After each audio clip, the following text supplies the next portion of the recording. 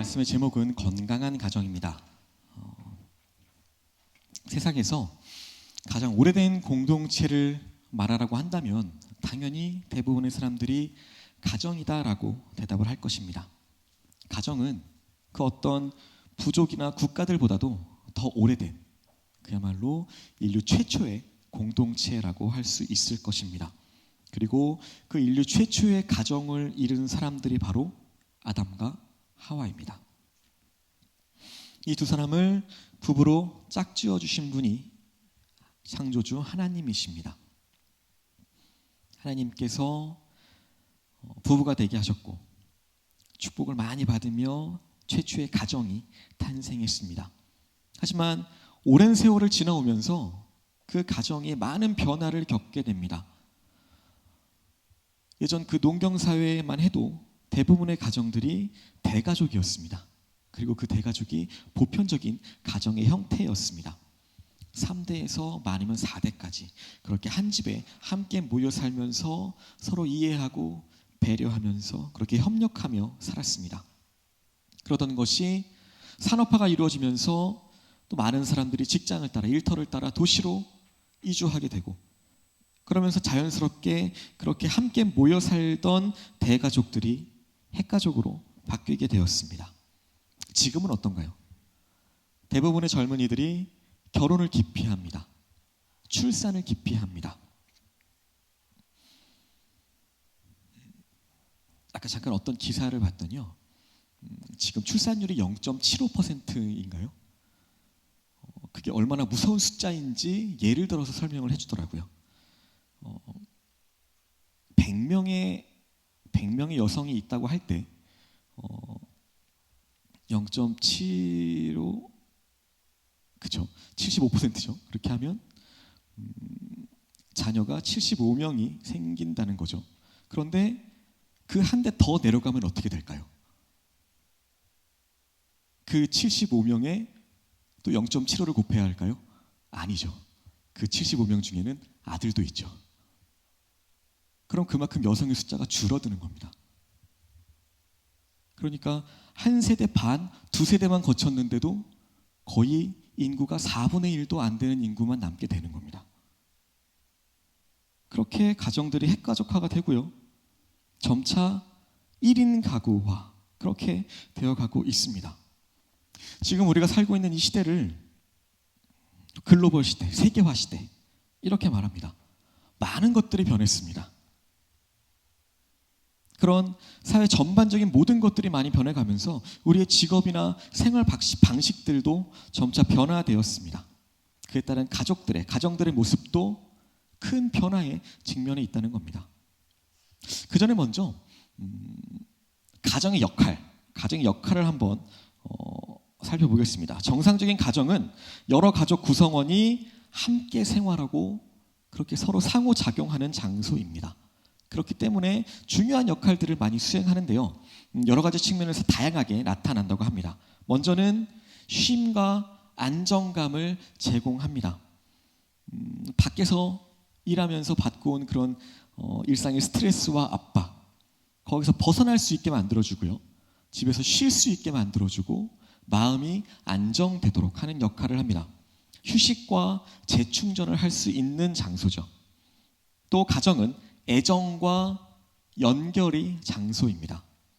가족 구성원들 간의 그 강한 애정과 연결이 이루어지는 장소라는 겁니다.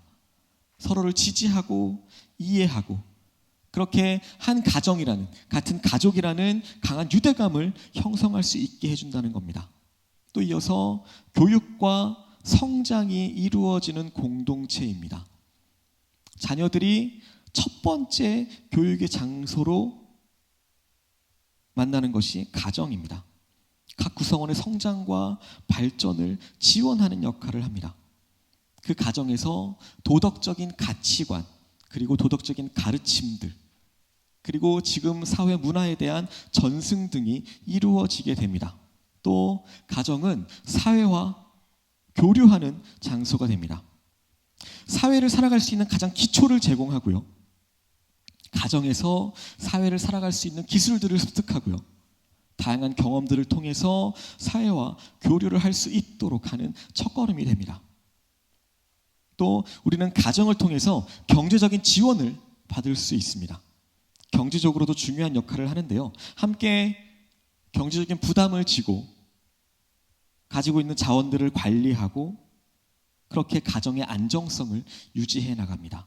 또 가정은 건강과 안전을 위한 장소이기도 합니다. 식사를 제공하고요. 그리고 안전한 환경, 보호받을 수 있는 환경을 제공합니다. 그리고 마지막으로 가정을 통해서 자녀들이 문화적인 정체성을 형성해 나간다는 겁니다. 문화적인 가치와 전통을 계승시켜주고요.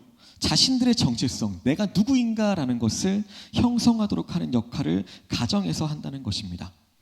이런 가정의 역할들은 문화, 지역, 시대에 따라서 다르게 나타납니다. 또 가족 구성원과의 관계와 상호작용들이 이러한 역할들이 어떤 결과로 나올지 결정짓게 됩니다. 그런데 이러한 역할들을 이제는 제대로 수행하지 못하는 변화가 지금 시대 가정 안에 이루어지고 있다는 것입니다. 미국의 미래학자죠. 엘빈 토플러라고 하는 사람이 1970년도에 쓴 책입니다. 이 책에서 가정이 직면한 위기에 대해서 이렇게 썼습니다.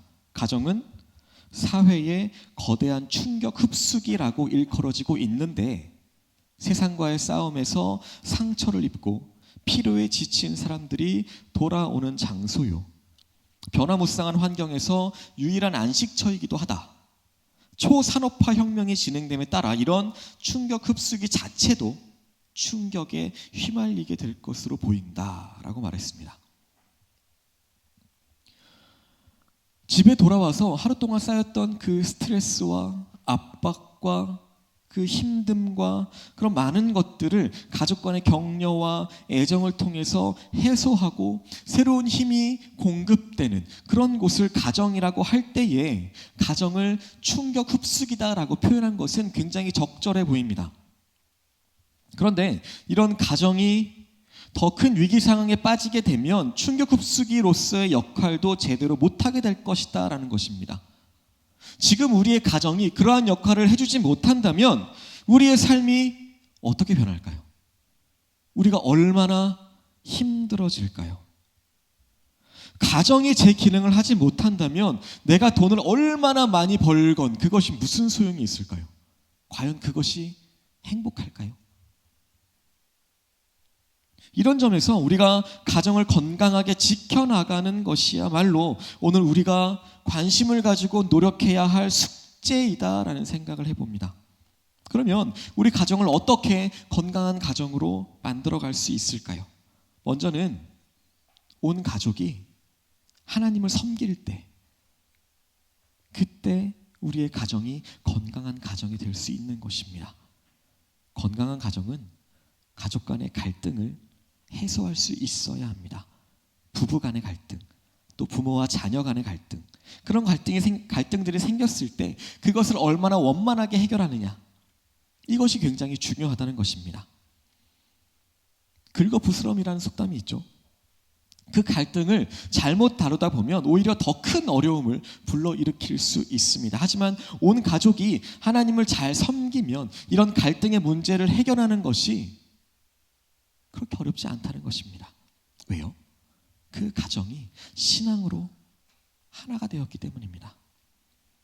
서로 다른 주장을 하다가도 하나님이라면 어떻게 하셨을까? 하나님의 말씀은 어떻게 설명하고 있을까?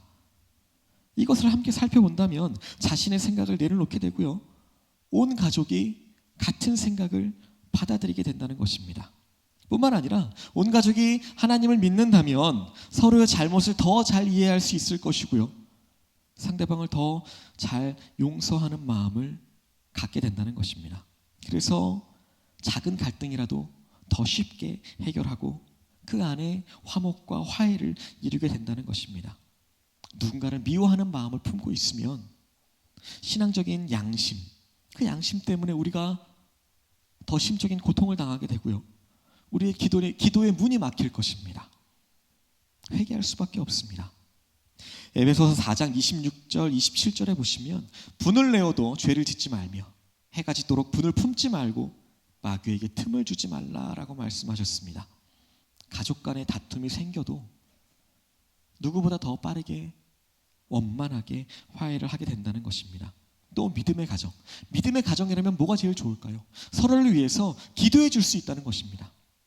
아내가 남편을 위해서, 남편이 아내를 위해서, 또 부모가 자녀를 위해서, 자녀가 부모를 위해서 그렇게 함께 기도할 때에 그들과의 관계가 더욱더 원만해질 수밖에 없다는 것입니다. 우리가 누군가를 위해서 기도한다. 이건 어떤 의미인가요? 내가 더 관심을 가지고 그 사람에 대한 사랑이 내 안에 싹트고 있다라는 의미일 것입니다. 무엇보다도 하나님을 믿는 사람들은 세상 사람들과는 다른 가치관들을 가지고 있습니다. 물질보다는 생명, 사랑을 더 소중한 가치로 여기고 살아갑니다. 한 영혼이 천하보다 귀하다라고 말씀했습니다. 그런 사실을 믿고 인정하는 사람, 그러한 사람들입니다. 그래서 현실적인 이해관계에 따라서 우리는 그렇게 행동하지 않습니다. 나에게 비록 손해가 된다고 할지라도 사람의 도리, 믿는 사람으로서의 그 도리를 다하는 쪽을 선택하게 된다는 것입니다. 지금 이 시대를 보시면 사람을 하나의 인격체로 보는 것이 아니라 경제의 주체, 나의 도구, 내가 더 나은 삶을 살아갈 수 있게 하는 방법, 수단, 그렇게 생각합니다. 경제적인 능력이 안 되거나 그런 능력이 없는 사람, 부족한 사람, 당연히 소외될 수밖에 없습니다. 하지만 우리 그리스도인들은 사람을 평가하는 기준이 세상 사람들과는 다르다는 것입니다. 경제적인 그런 그 사람의 가치, 그 사람의 몸값, 그런 것보다는 가정 안에서 함께 다른 생명으로서 하나님께서 함께 하게 하신 그 공동체원으로서 더 중요하게 생각하게 된다는 것입니다. 고린도전서 7장 16절에 보시면 아내된 자여 내가 남편을 구원하는지 어찌 알 수 있으며 남편된 자여 내가 내 아내를 구원하는지 어찌 알 수 있으리요 라고 했습니다. 이 말씀대로 믿음의 배우자로 인해서 믿지 않은 남편이나 아내가 구원을 얻게 되는 경우들이 많이 있습니다. 그래서 우리가 건강한 가정을 만들어가기 위해서 온 가족이 하나님을 섬기는 일에 힘써야 한다는 것입니다. 아직도 우리 가정 안에 하나님을 믿지 않고 영접하지 않은 가족이 있다면 하루빨리 전도해서 하나님께로 돌아오게 하는 그런 일에 힘쓰시는 저와 여러분들 되시기를 소망합니다. 두 번째로 남편과 아내가 서로 돕는 배필이 될 때에 건강한 가정이 될 수 있습니다. 창세기 2장 18절에 보시면 여호와 하나님이 이르시되 사람이 혼자 사는 것이 좋지 아니하니 내가 그를 위하여 돕는 배필을 지으리라 라는 말씀이 나옵니다. 그래서 사람들이 성경대로 아내는 남편을 돕는 배필이다 라고 말을 합니다. 그런데요, 아내만 남편을 도와주는 배필일까요? 그렇지 않습니다. 남편도 역시 아내를 돕는 배필이라는 것을 분명하게 알아야 합니다. 하나님께서 아담만을 도우라고 하와를 보내주신 것이 아니라 아담이 하와를 돕는 배필로 미리 창조되었다라고 생각하는 것이 더 바람직한 생각일 것입니다. 창세기 1장에 보시면 하나님께서 자기 형상, 곧 하나님의 형상대로 사람을 창조하시되 남자와 여자를 창조하셨다라고 했습니다. 남편도 아내도 다 똑같이 하나님의 형상대로 창조되었습니다. 단지 맡고 있는 역할이 다를 뿐입니다. 남자와 여자의 그 신체적인 구조의 차이도 어느 한쪽이 우월하거나 열등한 것이 아닙니다. 하나님께서 각자 역할에 맞게 창조하셨다는 것입니다. 그러므로 남편과 아내는 서로의 그 부족한 부분과 필요를 파악하고 도와주는 역할을 해야 한다는 것입니다. 상대방이 무언가 부족해 보이면 내가 이걸 도와주어야겠구나. 이것을 깨닫고 기꺼이 도와주어야 한다는 겁니다. 남편이 힘들어할 때 아내의 그 격려 한마디가 큰 힘이 되고요. 아내가 힘들어할 때 남편의 그 작은 배려가 큰 위로가 된다는 사실을 우리는 분명하게 알아야 할 것입니다. 우리의 몸을 보면 금방 알 수 있습니다. 등이 가려우면 어떻게 하나요? 우리의 손이 가서 긁어주거나, 목이 마르면 우리의 손과 발이 수고해서 물을 마시게 해줍니다. 남편과 아내는 한 몸으로서 서로의 그 각기 다른 애로사항을 들어주고 해결해주고 도와주는 역할을 감당해야 한다는 것입니다. 또 서로가 서로에게 위로하고 힘을 북돋아주고 용기를 불어넣어주는 그런 존재가 되어야 한다는 것입니다. 요즘 TV 프로그램들에 많이 나오죠. 갈등들이 있는 부부가 너무 많이 등장합니다. 물론 작가에 의해서 부풀려지거나 컨셉을 가지고 나오는 경우들도 있지만, 간혹 보면 정말 서로가 상대의 자존심을 짓밟고 마음에 상처를 주면서 쾌감을 느꼈다라는 표현은 좀 심한 것 같고요. 뭔가 내가 이긴 것 같은 그런 우월감들을 느끼는 사람들을 볼 때가 있습니다. 이게 얼마나 미련한 행동인가요? 왜냐하면 결국 상처를 입는 사람이 자기 자신이기 때문에 상대를 사랑하지 않고 배려하지 않고 그런 것들로 쾌감을 얻고 우월감을 느낀다는 것은 스스로 자기 몸을 해치는 것과 같다는 것입니다. 오늘 보면 19절에 보시면 남편들아 아내를 사랑하며 괴롭게 하지 말라라고 했습니다. 이런 분들 계시죠? 귀찮게 합니다. 귀찮게 합니다. 왜 그렇게 귀찮게 하느냐? 다 내가 사랑하기 때문에 귀찮게 한다. 관심을 받기 위해서 귀찮게 한다. 이렇게 말하는 사람이 있습니다. 그런데 그 상대방의 입장이 되어 본다면 그걸 얼만큼 사랑으로 받아들일 수 있을까요? 에베소서 5장 25절에 보시면 그런 변명을 아예 하지 못하도록 이렇게 말씀해주고 있습니다. 남편들아 아내 사랑하기를 그리스도께서 교회를 사랑하시고 그 교회를 위하여 자신을 주심같이 하라. 베드로전서 3장 7절에서도 베드로가 권면하는 것을 보시면 남편들아 이와 같이 지식을 따라 너희 아내와 동거하고 그를 더 연약한 그릇이요 또 생명의 은혜를 함께 이어받을 자로 알아 귀히 여기라 라고 말합니다. 우리가 여기서 한 가지 절대로 잊어버리지 말아야 할 것이 있다면 그것은 바로 아내를 사랑하고 아끼는 것이 곧 스스로를 아끼고 사랑하는 것이다 라고 하는 사실입니다. 그러면 반대로 아내는 남편을 어떻게 대해야 할까요? 오늘 본문 18절에 보시면 아내들아 남편에게 복종하라 이는 주 안에서 마땅하니라 라고 말합니다. 이 말씀은 남편과 아내의 관계가 단순히 명령과 복종의 관계라는 의미가 아닙니다. 어떤가요? 그런 위치에 있으면 살아갈 수 있을까요? 남편과 아내는 서로 동등한 위치에 있습니다. 따라서 아내가 남편에게 복종하라라고 하는 말씀은 역할의 차원에서 이해하면 된다는 것입니다. 남편의 말에 네 알겠습니다. 무조건 이해만 하라는 의미가 아닙니다. 에베소서 5장 23절에 보시면 이는 남편이 아내의 머리됨이 그리스도께서 교회의 머리됨과 같다라고 했습니다. 우리의 몸이 머리의 지시를 따라서 움직이듯이 가정에서 아내도 남편을 머리로 인정해주고 순종하라는 의미입니다. 또 남편은 아내로부터 머리로 인정받을 때에 가족을 위한 모든 수고를 아끼지 말라는 것입니다.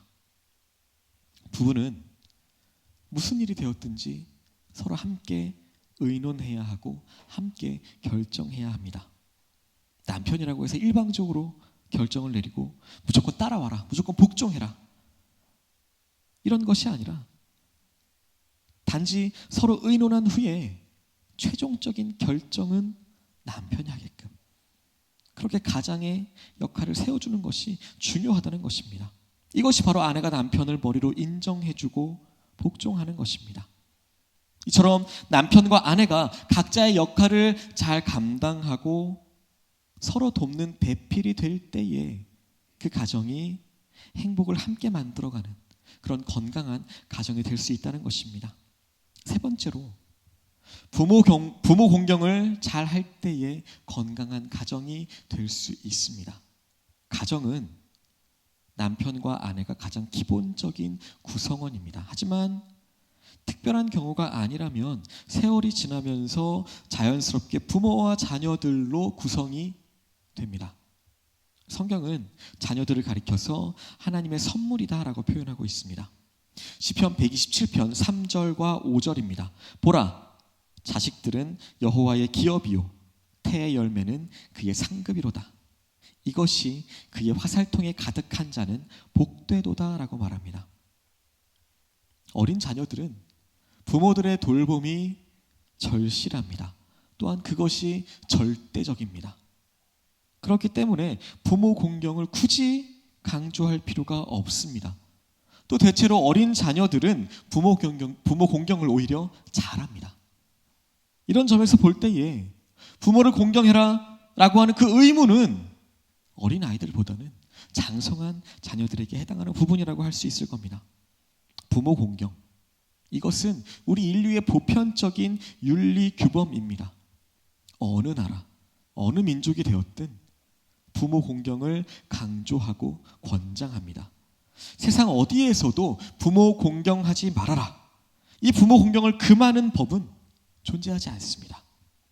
이것은 하나님께서 우리 인간의 양심에 부모 공경에 대한 도덕적인 의식을 심어 놓으셨다라고 하는 증거입니다.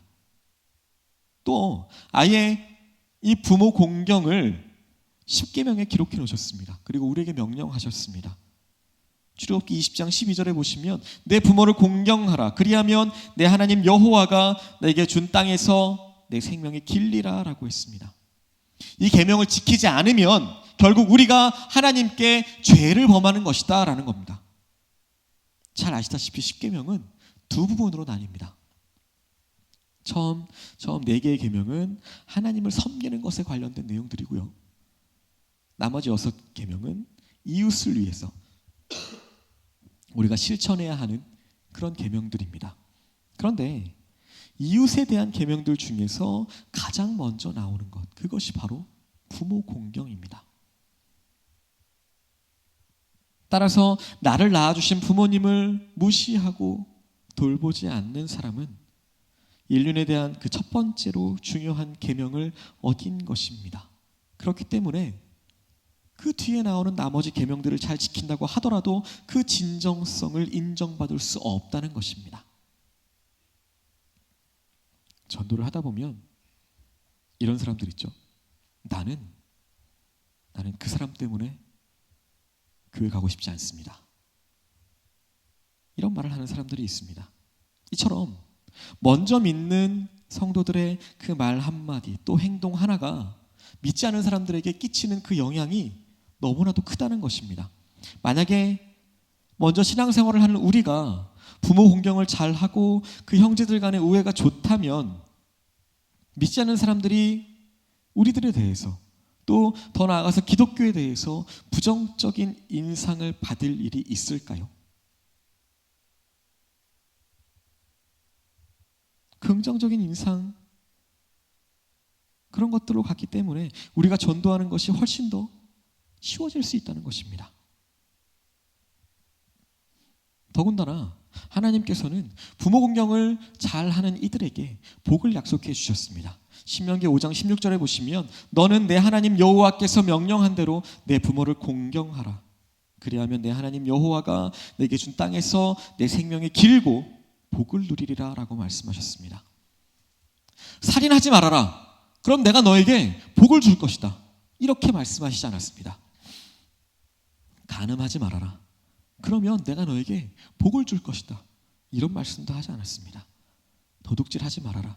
거짓 증거하지 말아라. 이웃 것을 탐내지 말아라.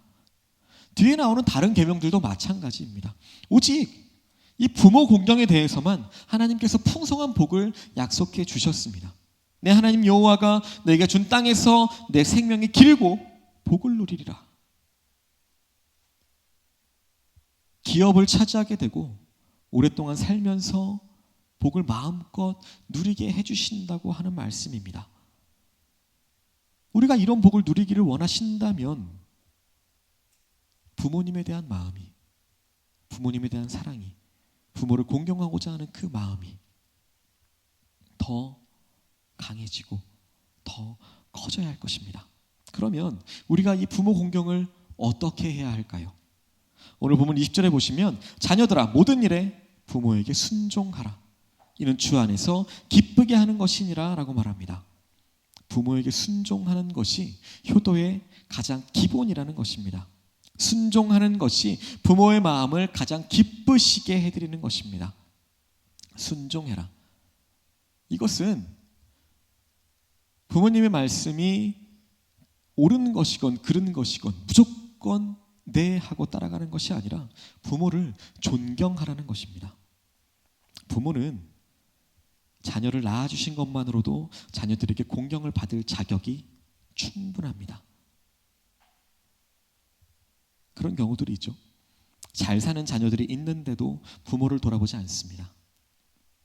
오히려 나중에 무언가 사고가 나서 그 자녀들에게 연락을 하려고 할 때에도 부모들은 자녀를 감쌉니다. 얼마 전에 어떤 영상을 봤는데요. 고려장이라고 하는 풍습이 일본에서 건너왔습니다.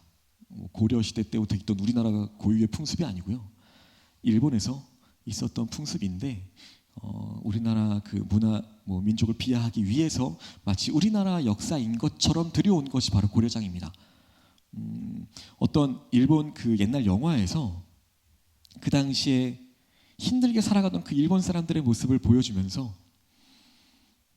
어떤 장면이 나왔냐면 그 당시에 통용되던 문화 중에 하나가 70세가 되면 그 70세가 되는 날 산 꼭대기에 부모를 버리고 오는 풍습이었습니다.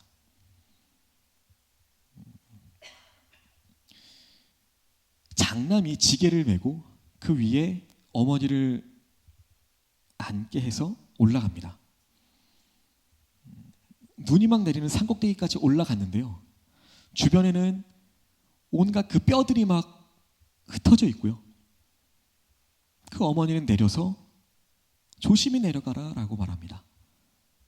말로만 하는 게 아니라 자신에게 주어진 그 작은 주먹밥 하나까지도 아들에게 내밉니다.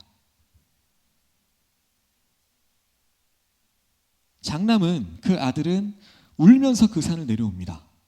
그런데 그 집에서는 태연하게 다른 가족들이 밥을 먹고 있습니다.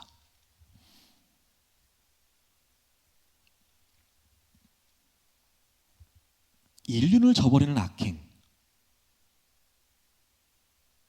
부모 공경을 하지 않는다는 것, 이것이 정말 인륜을 저버리는 행동은 아닐까요? 이런 사람들에 대해서 신명기 27장 16절에서는 그게 부모를 경홀히 여기는 자는 저주를 받을 것이라 라고 말합니다. 우리가 부모를 공경하는 일에 힘쓸 때에 우리의 자녀들 또한 그것을 보고 나중에 부모인 우리를 공경하게 된다는 것입니다. 이러한 점에서 부모에 대한 공경은 나의 노후를 위한 최선의 방법이기도 하다는 것입니다.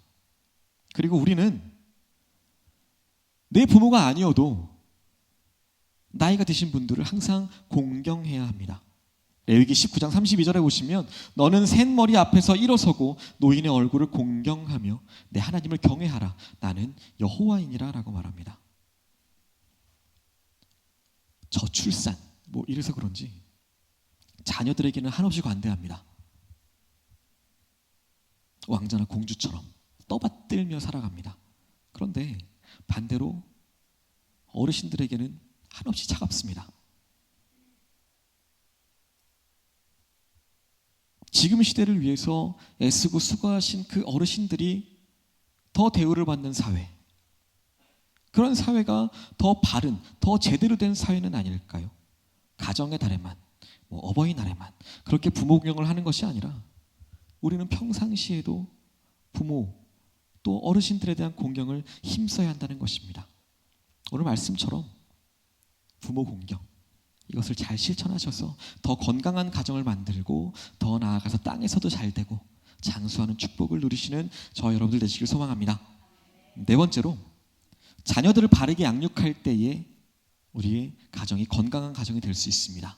자녀를 사랑하지 않는 부모가 있을까요? 하지만 그보다 더 중요한 것은 올바른 방법으로 자녀를 사랑하는 것입니다.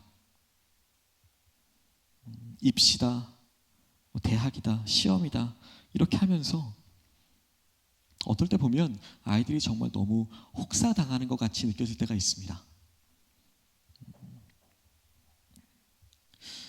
오늘도 쉬잖아요. 학교들이 많이 쉬잖아요. 그런데 놀이터에 아이들이 없더랍니다. 다 오후에 학원 가고 공부하러 가고 시험 공부하고 아이들이 없더랍니다. 한창 그렇게 뛰어놀고 그렇게 함께 즐거운 시간을 보내야 할 아이들이 밤 늦게까지도 이 학원 저 학원 그렇게 입시에 빠져 살아갑니다. 아이들에게 누가 그렇게 과도한 경쟁심을 심어줄까요? 어른들입니다. 누가 그들의 순수한 마음을 파괴하는 걸까요? 어른들입니다. 다들 그렇게 하는데 우리 아이만 그냥 둘 수 없다. 이런 생각이겠죠. 하지만 우리 그리스도인들은 자녀를 교육하는 부분에서도 성경을 근거로 해야 한다는 것입니다. 21절에 보시면 아비들아 너희 자녀를 노엽게 하지 말지니 낙심할까 함이라 라고 했습니다. 자녀들을 노엽게 하거나 낙심시키지 마시기 바랍니다. 요셉처럼 자신의 미래에 대한 그런 아름다운 꿈을 꾸면서 그 꿈을 바라보고 스스로 노력하도록 도와주시는 그러한 부모들이 되어주시길 소망합니다.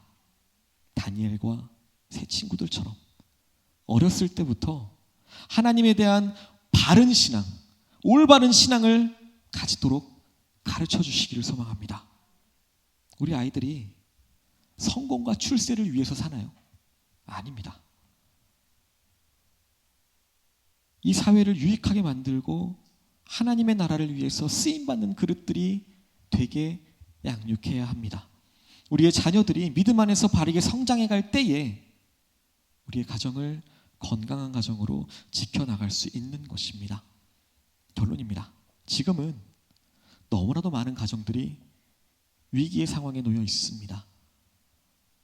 예전에는 작은 문제들 각자 집 안에서 해결했을 겁니다. 하지만 지금은 그 정도를 넘어서 겉으로까지 드러나는 그런 각종 문제들이 있는 그런 가정들이 너무나도 많이 있습니다. 사회적으로도 큰 문제가 되고 있습니다. 하지만 우리는 세상이 어떻게 변하든지 거기에 상관없이 하나님께서 우리에게 선물로 주신 그 가정을 항상 소중히 여기고 잘 지켜나가야 할 것입니다. 이를 위해서 오늘 말씀처럼 온 가정이 함께 하나님을 섬기고 남편과 아내가 서로 돕는 역할을 감당하고 주 안에서 부모를 공경하고 주의 교훈과 훈계로 자녀들을 바르게 양육해야 합니다. 그래서 저와 여기 계신 성도님들의 가정을 하나님에 대한 믿음과 또 가족 간의 사랑과 신뢰로 가득한 그런 건강한 가정, 행복한 가정으로 만들어 가시기를 예수님의 이름으로 소망하고 축복합니다.